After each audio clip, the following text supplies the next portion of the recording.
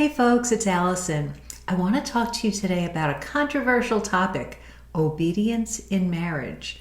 I know some of you are thinking, oh my gosh, she didn't just go there, did she? Well, yeah, I just went there. Okay, it's kind of controversial and I know a lot of people bristle at the idea, but I want to explain it from a different perspective because I think for most of us, the word obedience sounds like this servile fear with this terrible master, right? That we have to placate and appease, and that's not what it's supposed to be. And I will tell you that sometimes when I hear men say, she should be obedient or it's all about submission, that's a red flag to run.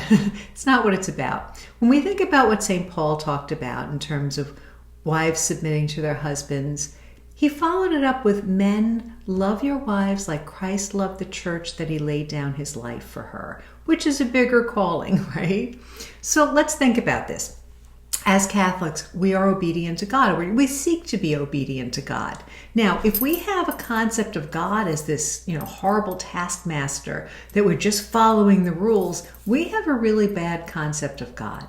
But if we have a healthy concept of God and we look at him as our loving Father, what is our obedience then? We obey church teaching, we obey God's laws lovingly, all right, with a sense of integrity.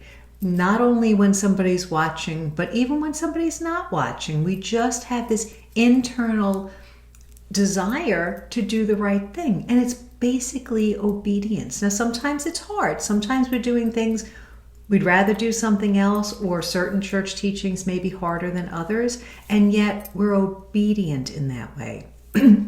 So it's very similar in marriage. When we talk about obedience in marriage, we're really talking about really kind of for both people, both the husband and the wife, being obedient to your vows that you took before God, being obedient to what you know your husband or wife likes and doesn't like. So if you know your husband doesn't like you talking to your girlfriends about problems that you have, as much as you may be tempted to do so, you don't do it.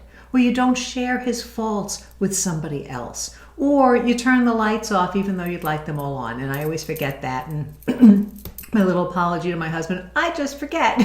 But if I know he likes them off, I try to shut the lights off when I do think about it. So it's a question of being obedient to what we know the person wants or is good for them or what we promise them.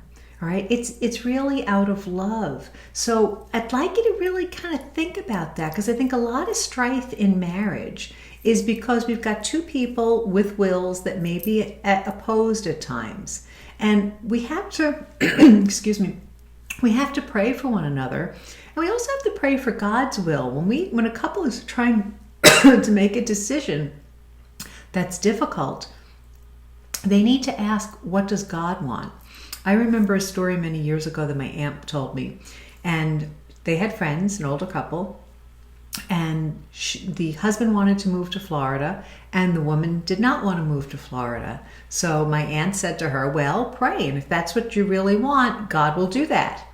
And I said, well, can't Uncle Bill give the same advice to the husband? Pray, and if that's what you really want, that's what will happen? No. They both need to pray, what does God want us to do? So there are times in a marriage where, there's got to be a tiebreaker. Somebody's got to make the final decision.